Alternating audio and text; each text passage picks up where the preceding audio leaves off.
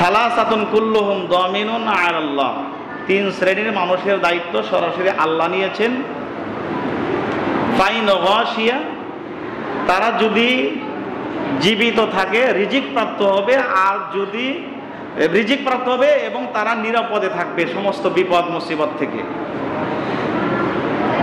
আর যদি ওয়াইন মাতা দাখালাল জান্নাহ, যদি সে মারা যায় তাহলে জান্নাতের ভিতরে রব তাকে প্রবেশ করায় দিবেন। নাম্বার 1,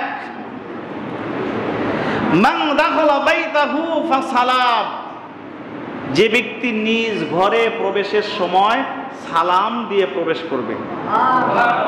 এবার বলেন বুকে হাত দিয়ে, আপনি আপনার ঘরে আপনার বাড়িতে প্রবেশ করার সময় আপনি কি সালাম দিয়ে প্রবেশ করেন? এই রেওয়াজটা আমাদের অধিকাংশের ভিতরে নাই।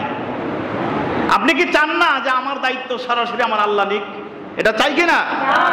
তাহলে আজকে থেকেই এই আমলটা চালু করবো ইনশাআল্লাহ। যতবার বাড়িতে প্রবেশ করব ততবার কি দিব? সালাম দেব। তাহলে ফাহুয়া দামিনুন আলাল্লাহ, আপনার দায়িত্ব কে নেবেন?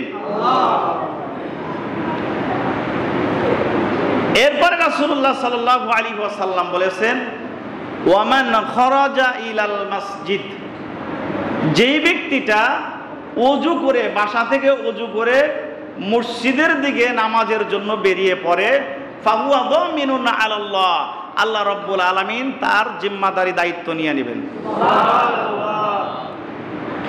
3 নম্বর হলো ওয়ামান খরাজা ফি সাবিলিল্লাহ, যেই মানুষটা রবের সন্তুষ্টির জন্য জিহাদের উদ্দেশ্যে ঘর থেকে বাড়ি থেকে বেরিয়ে যাবে, ফাহুয়া দামিনুন আলাল্লাহ, তার দায়িত্বটা কে নেবেন?